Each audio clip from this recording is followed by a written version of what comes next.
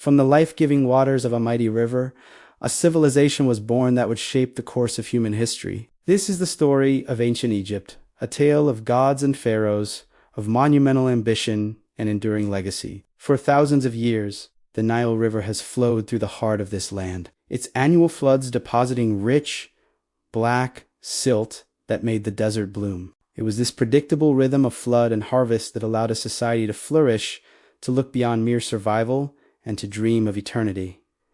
The river wasn't just a source of water. It was the source of life itself, the very artery of the Egyptian world, connecting its people and paving the way for the rise of the pharaohs. Before the first pharaoh, Egypt was two separate lands.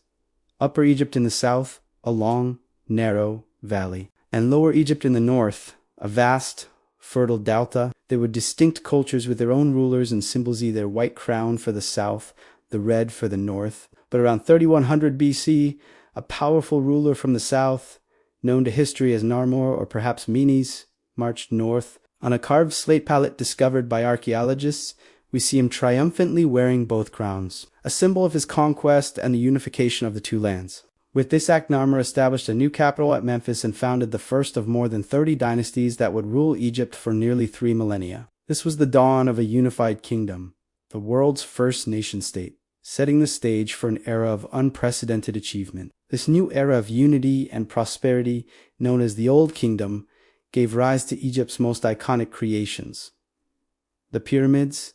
It began with a spark of genius from the pharaoh Djoser and his brilliant architect. Instead of the usual flat-topped tomb, Imhotep stacked several layers on top of one another, creating the world's first monumental stone structure, the step pyramid. This architectural revolution ignited an age of pyramid building that would last for centuries. The ambition of the pharaohs grew with each generation, reaching its zenith on the Giza Plateau. There, the pharaoh Khufu commissioned the Great Pyramid, a breathtaking feat of engineering and human labor. For over 3,800 years, it stood as the tallest man-made structure on Earth, a testament to the pharaoh's power and his quest for eternal life. His son Kafir and grandson Menkaure would add their own pyramids, creating a necropolis that has awed the world ever since. But the history of Egypt was not a straight line of progress. It was a cycle of strength and weakness, of unity and division. The centralized power of the Old Kingdom eventually crumbled, leading to the first intermediate period,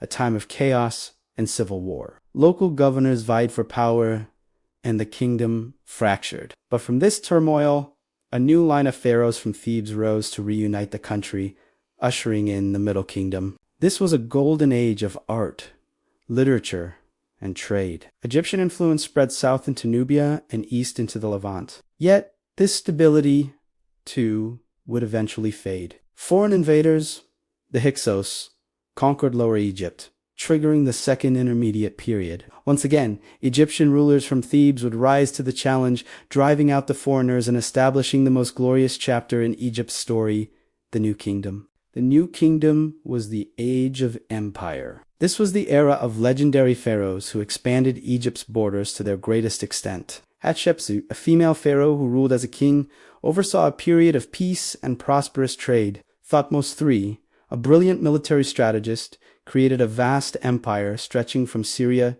to Sudan. Akhenaten attempted a radical religious revolution, abandoning the traditional gods in favor of a single deity, the sun Discat. And then there was Ramesses the Great, a master builder and propagandist whose monuments and temples still dominate the Egyptian landscape. For over 400 years, the New Kingdom, pharaohs commanded immense wealth and power, building magnificent temples at Karnak and Luxor and carving their tombs deep into the rock of the Valley of the Kings.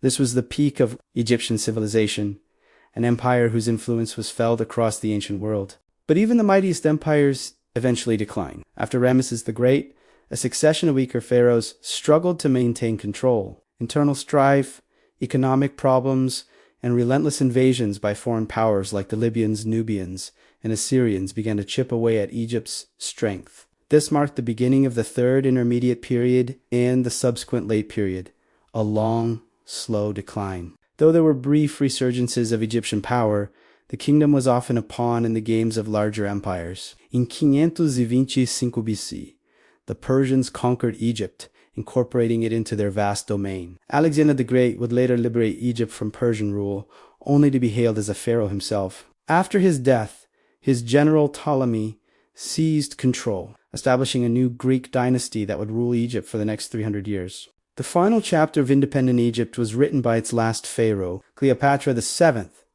a brilliant and ambitious ruler from the Ptolemaic dynasty. She was a shrewd politician who spoke multiple languages, including Egyptian. She navigated the treacherous world of Roman politics, forging alliances and love affairs with two of its most powerful men, Julius Caesar and Mark Antony, in a desperate bid to preserve her kingdom's independence. For a time, she succeeded, ruling from the magnificent city of Alexandria, a global center of culture and learning, but her fate was tied to Rome's.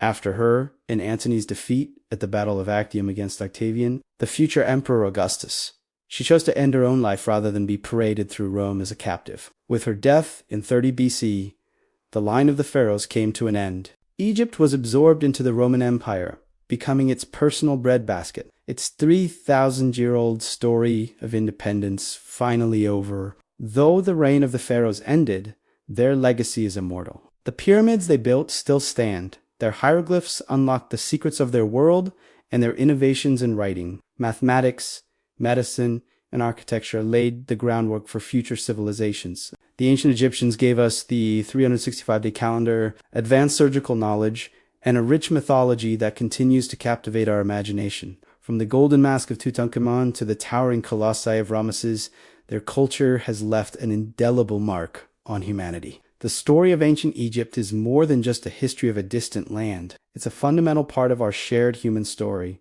a timeless saga of ambition, belief, and the enduring quest for eternity. Thank you so much for joining us on this journey through time. If you enjoyed this glimpse into the world of the pharaohs, please hit that like button and subscribe for more adventures into the past. Let us know in the comments which ancient civilization you'd like us to explore next. Until then, keep exploring.